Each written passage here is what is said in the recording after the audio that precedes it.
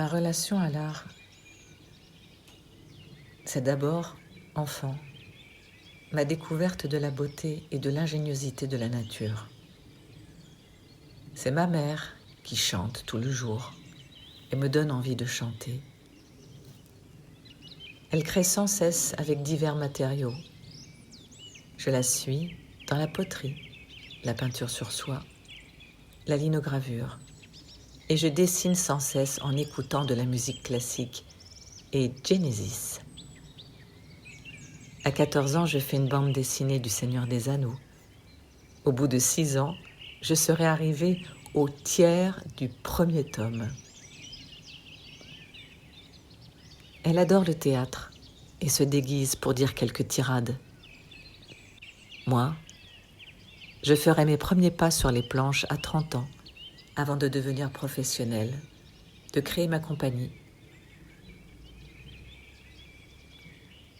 Mon père, c'est lui qui bricole, dessine un meuble, fabrique une bibliothèque, ressemelle les chaussures, me raconte l'astrophysique et dessine le bateau d'Ulysse à l'encre de Chine.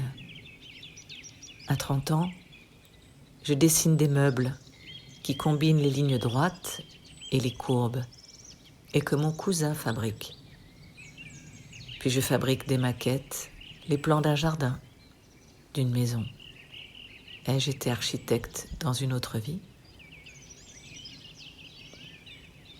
J'ai toujours vu ma mère écrire sa petite vie dans son carnet le soir.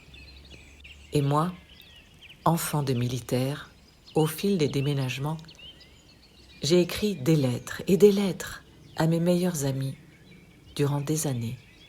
À 13 ans, j'ai commencé à écrire ma vie, mes souvenirs. Et le corps.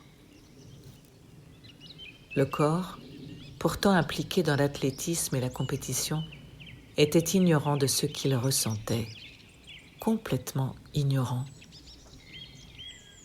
Comme guidée mystérieusement, je suis allée chercher des enseignants dans les domaines qui avaient été délaissés. La voix spontanée, le sensible du corps et les émotions. Les cours de chant jazz, puis de chant premier. La conscience du corps et du mouvement dans l'espace. Les cours de théâtre, de masque et d'acteurs studio. Une autre dimension a surgi. Être vu sur scène avec mon corps, ma voix et mes émotions. Être un passeur d'un texte par mon corps.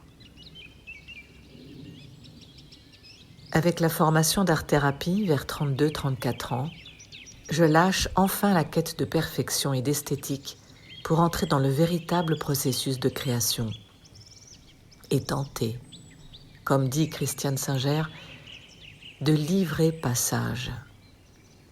Entrer dans l'instant, le flou, le tâtonnement, rencontrer, se laisser rencontrer par ce qui émerge.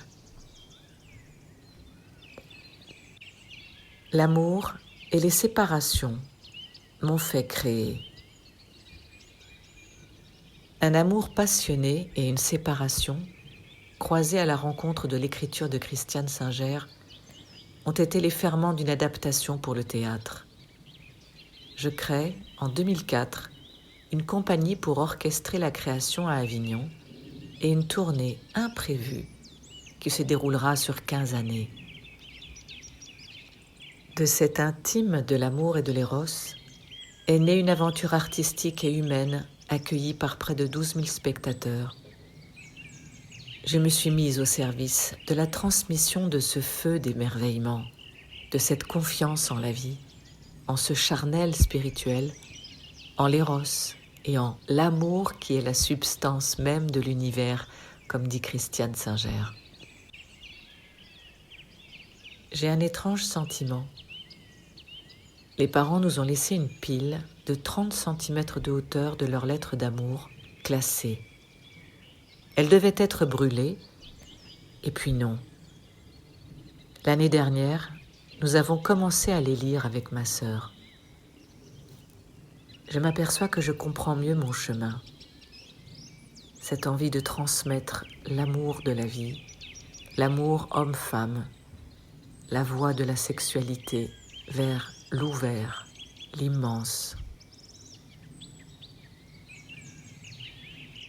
Plus tard, après un éveil, une autre séparation m'a fait créer des conférences regards croisés sur les convergences entre les spiritualités, les sciences, les pratiques corps, souffle, esprit. Il s'agit de transmettre mon miel après 20 ans de chemin. C'était il y a 10 ans. Plus tard encore, je me suis lancée dans les stages, accueillir en Bourgogne, dans ma grange, des stages expérientiels, corps, cœur, conscience, entre le canal de Bourgogne, les champs, le jardin, la grange. La création se faufile dans une préparation au mariage à la demande d'amis.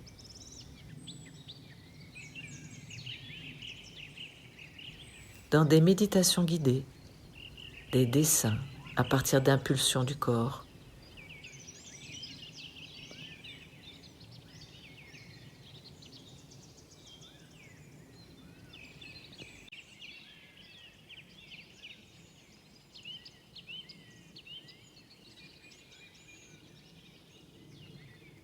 dans l'écriture de textes qui deviendront, qui sait, un livre, un podcast, un audiolivre, peut-être aussi dans une nouvelle création de spectacle autour de l'incarnation.